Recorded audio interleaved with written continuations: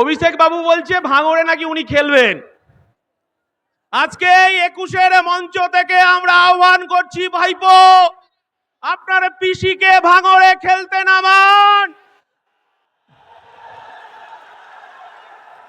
আর ভাঙড়ে আমার কর্মীরা খালি পায়ে খেলবে। 21-এ আপনি ভাঙা পায়ে খেলেছিলেন, আর আমার এই বাংলার 2026-এর রেফারি হবে আমার দলের চেয়ারম্যান, আমার দলের সেনাপতি নওশাদ সিদ্দিকীর হাতে লাল কার্ড থাকবে। যত ফাউল হবে নওশাদ সিদ্দিকী লাল কার্ড দিয়ে মাঠের বাইরে বার করে দেবে। 21-এর আওয়াজ যদি শুনতে পারে মমতা বন্দ্যোপাধ্যায়, আপনি হিজাব পরে বোরকা পরে ইনশাআল্লাহ সুবহানাল্লাহ করে এই বাংলার সংখ্যালঘু আদিবাসী দলিতের অধিকার আপনি চুরি করেছেন। এই বাংলার সংখ্যালঘু মানুষ, সংখ্যালঘু মা, তারা মমতা বন্দ্যোপাধ্যায় 2026-এ তারাও খালি পায়ে খেলবে। তারা আহ্বান করছে, আমার মাটি আমার মা, কবরস্থানের দখল ছাড়ব না। আমার মাটি আমার মা, মসজিদের অধিকার ছাড়ব না। আমার মাটি আমার মা, ঈদগার দখল ছাড়ব না। আর শুভেন্দু বাবু, আপনি তো তৃণমূল মার্কা বিজেপি, আপনি তো তৃণমূলের এজেন্ট।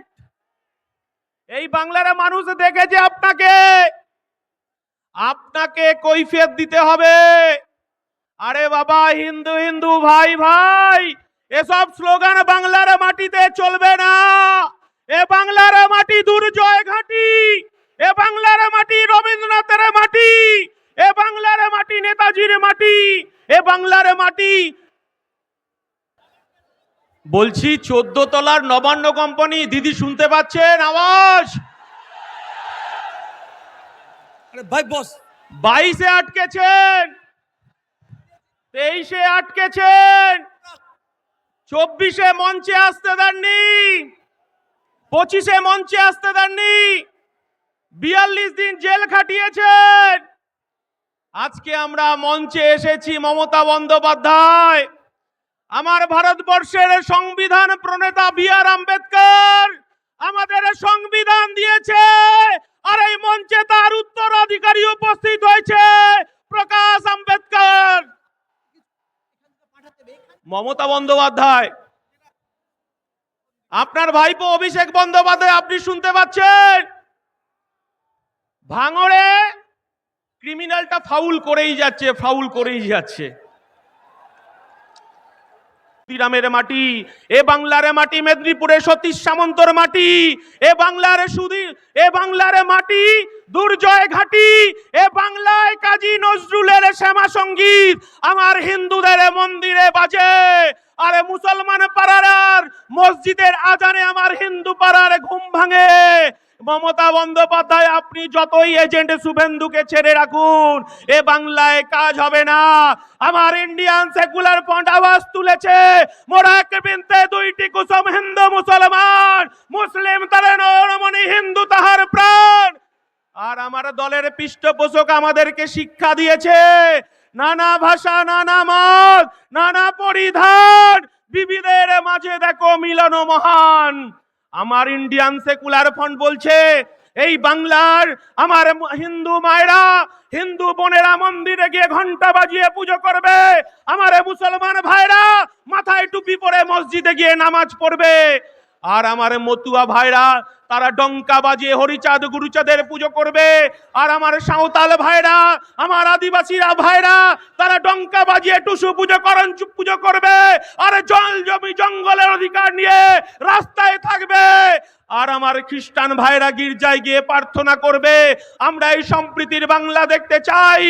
মমতা বন্দ্যোপাধ্যায় যখন আমার চেয়ারম্যান, এই বাংলার অধিকার, এই বাংলার যুব সমাজের কর্মসংস্থান, এই বাংলার খেটে খাওয়া মানুষের কর্মসংস্থান, এই বাংলার আশা কর্মী, এই বাংলার অঙ্গনারী কর্মী, এই বাংলার জিআরএস, এই বাংলার সিভিক পুলিশ, এই বাংলার প্যারা টিচারদের যখন অধিকার নিয়ে রাস্তায় যখন আমার চেয়ারম্যান বলছে কেন ওবিসি বাতিল করে দেওয়া হলো, ওবিসির অধিকারে ফেরত দিতে হবে, কেন ভুয়ো এসসি এসটি সার্টিফিকেট দেওয়া হবে, যখন আমার চেয়ারম্যান বলছে আমার কলকাতার রাজপথে আমি একটা ধর্ণা মঞ্চ করতে চাই, মমতা বন্দ্যোপাধ্যায় আপনি আমাকে একটা 10 ফুট বাই 10 ফুটে মঞ্চ বাজারে জায়গা দিন, তখন মমতা বন্দ্যোপাধ্যায় হাজার হাজার পুলিশ লেলিয়ে আমার চেয়ারম্যানকে, যখন এই বাংলার মানুষের, বাংলার পিছিয়ে পড়া মানুষের যখন অধিকার নিয়ে লড়াই হচ্ছে, তখন লাথি মারতে মারতে আমাদেরকে জেলে নিয়ে গেছে, 42 দিন জেল খাটিয়েছে।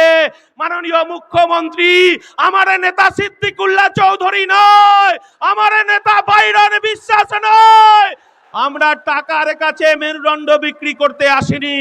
এই বাংলার পিছিয়ে পড়া, এই বাংলার আদিবাসী, এই বাংলার অধিকার প্রতিষ্ঠা করার লক্ষ্যে 2026-এ বোমাগুলি পিস্তলের বিরুদ্ধে আমার দলের সেনাপতিরা খালি পায়ে খেলবে আর রেফারি করবে আমার নওশাদ সিদ্দিকী।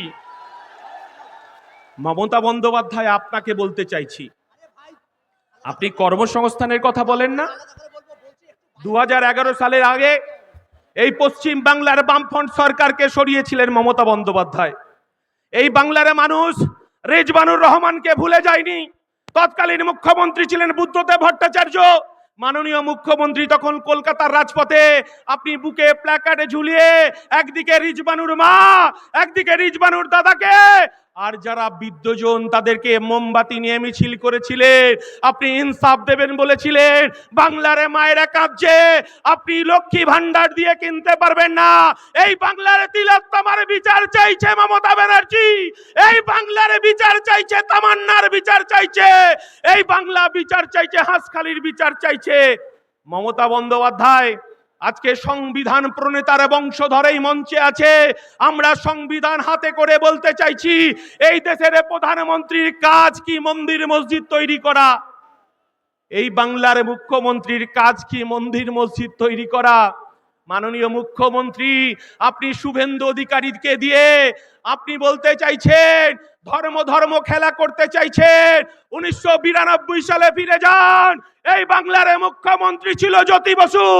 যখন 1992 সালে আমার ভারতবর্ষের স্থাপত্য, ভারতবর্ষের ধর্মনিরপেক্ষতা, এই শুভেন্দু অধিকারী দল বিজেপি আরএসএস যখন বাবরি মসজিদ ধ্বংস হলো, তখন এই রাজ্যের মুখ্যমন্ত্রী জ্যোতি বসু বলেছিলেন, আমি আমার পুলিশ প্রশাসনকে বলে দিয়েছি এই বাংলায় দাঙ্গাবাজরা কখনো সিপিএম হতে পারে না, এই বাংলার দাঙ্গাবাজরা কংগ্রেস হতে পারে না।